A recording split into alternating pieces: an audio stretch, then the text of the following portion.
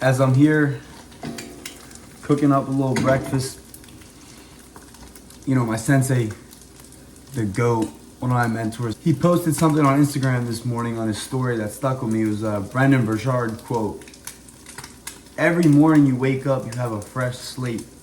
Every day is a new day, a new opportunity, something along those lines, but that's the truth, man. Every day you got a fresh start, a new 24 hours to just get after it, man. You can waste it sitting around doing nothing, repeating the same loop from the day before, or you can get after it, seek change, seek growth. So that's what I'm gonna do with my 24 hours. I don't know about you, but first, I'm gonna eat these eggs and steak. Day 7 about to go up. Boone gifted me this book. Started reading it last night. Dude, this one is crazy. My goal has been to read more pages daily for a long time. Something I learned from the compound effect is by replacing time that I would spend scrolling, checking Snapchat, Instagram, whatever it may be, with reading. For example, when I had to wait for the video to export, I read like 3-4 pages. Had to take a dump, read 3-4 pages. Had to wait for the video to upload, read a few pages. And you know, just it compounds, adds up. So far I've read like 15 pages and it's not even lunchtime, when usually I would barely have even touched the book. Average sucks.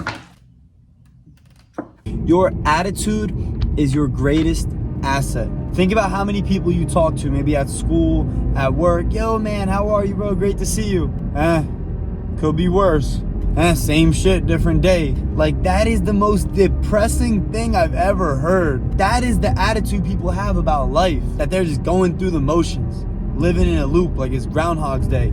The attitude that you have towards life, towards your business, towards your relationships is going to either set you up for failure or set you up for success. And I know it's not easy to always have a positive outlook and a positive mindset, but saying these negative things to yourself is only gonna put you farther, right? The attitude that you have when bad things happen, when something goes wrong, your girlfriend breaks up with you, you lose a job, whatever it may be, the attitude that you have in those situations is what's going to determine if you're either gonna go backwards or if you're gonna keep going forwards. Back at this Chungus gym.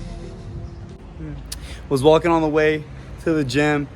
Found one of my best students right here, Navanch.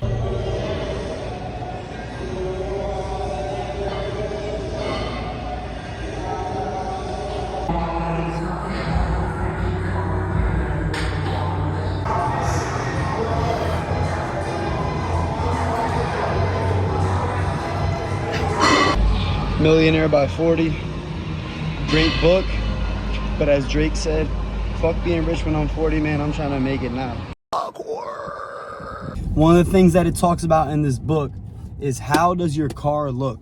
I'm not talking about, do you drive a Lamborghini? Do you drive a Corvette? I don't care if you drive a Prius. How does the car look? The inside. Do you have it clean? How well do you take care of your car? When you pick up a girl, when you meet up with a friend, go to lunch with a client, this is one of the first things they see. If you got trash in your car, water bottles, Red Bull cans crunched up, people might think about that in a certain way. The book also talks about how a car is usually someone's first financial responsibility in their life. Me personally, I'm very grateful to have this car. I'm gonna take good care of it. I wanna make sure I don't have to pay for any damages. I don't wanna be paying for new tires. None of that. I don't want to pay for any of that stuff. So I'm trying to take care of it to the best of my abilities. Right now I drive a Honda. I love this Honda. If I can't take care of and appreciate this while I have it now, then I don't deserve to enjoy the Corvette and whatever cars I will be driving down the line. Let's freaking go, my boy. Let's go. Let's go. You guys know, I've been working on closing on my buddy John and I's first investment property. Man, this thing has been a process, bro. This has been since like February, March-ish. We've been working towards this, and there's always been new things coming up, repairs that need to be done, historical committee, use and occupancy, all this stuff that you guys may get into later online, I can. But because of that, we had to keep paying fees to keep the mortgage rate from February, because the rates just kept going up. But the rates have just come down, so we figured out that we can pretty much, that old rate that we've been paying to keep, We can just forget that, buy a new mortgage with that old rate, and not have to pay all those fees. So boom, man, let's go. It does suck it had to keep getting pushed back, but everything happens for a reason. Like I said earlier, that attitude, when all of these obstacles kept coming, when I had to keep delaying and pushing back the closing date, I could have easily been angry, been upset, been discouraged, but we kept this positive attitude. Look, things that are out of my control, I'm not going to stress about, all right? I only worry about the things that are in my control and that I have a say over. So we're getting there. This summer, though, this property's loading, and then in the fall, number 2.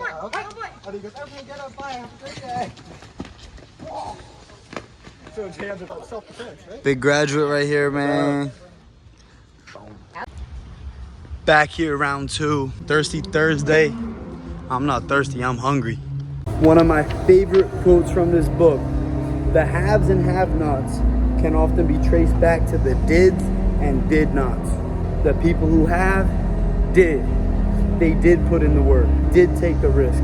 They did get out of their comfort zone. The people who don't have, they stayed in that comfort zone. They never took the risk. They stayed where they were at. They stayed comfortable.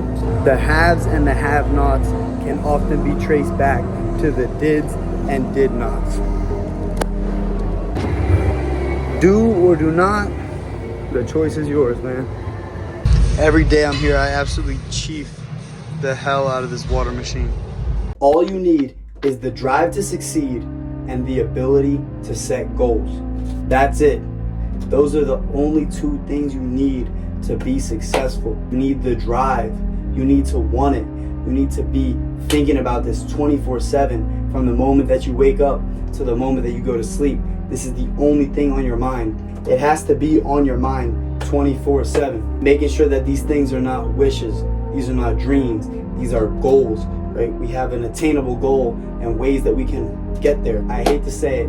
You can keep scrolling and you can keep hoping and wishing and dreaming about the life that you truly desire. But until you make it a goal, an attainable goal, and come up with ways that you can achieve that goal through action steps, through planning, through manifestation, there is no way that goal will ever become reality. That's it, guys. You need the drive and the ability to set goals. That's something I learned at a very young age, and I apply it to every single area of my life. I just set and achieve goals. That's all I do. And that's all you need to do in order to succeed. Another great day, another blessed day. I love this power build sauna. I feel like Thanos in here, man. This is my chamber. I can just come in here, be by myself. I can connect to the speakers. Nobody can talk to me. Nobody can mess with me. Looks like some people are about to come in, so I'm going to finish this up. But subscribe, keep working on yourself, and awkward.